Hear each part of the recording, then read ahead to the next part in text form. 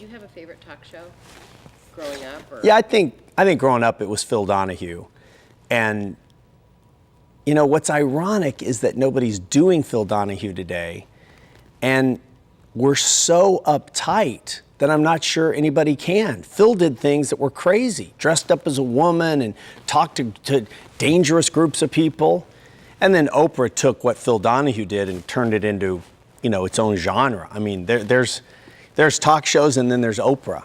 And I've noticed now that she's sort of retired from her first show and onto a new venture, how many people are quick to criticize Oprah. There was nobody as good as Oprah. I mean, she blew that thing up and changed people's lives and made it almost a religion.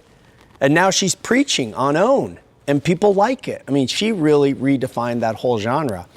So I think the talk show world is in danger of going away completely because there just won't be enough people watching the shows to make them financially viable.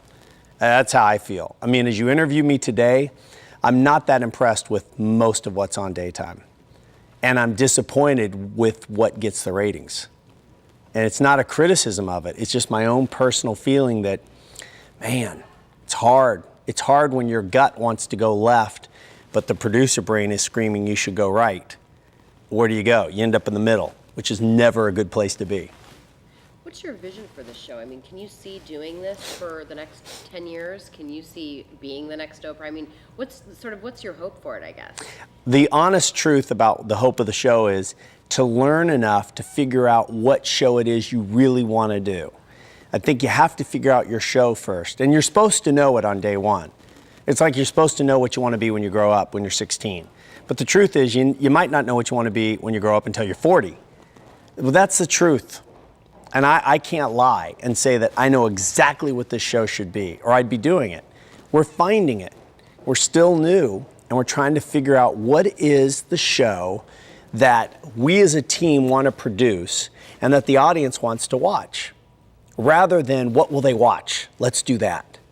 That's not how I want to live my life. So that in some ways makes it a tougher battle because you're trying to find a marriage rather than chasing.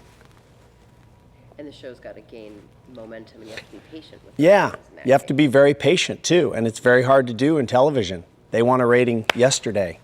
They want a rating before you're on the air. They want research that says your show is going to get a rating.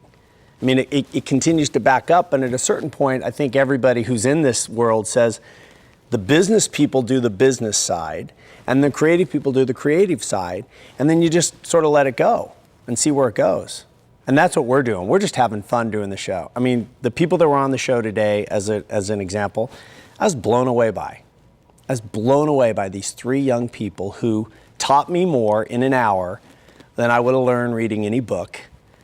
And they're just people. There's nothing really special about them other than they have this amazing story that they wanted to share.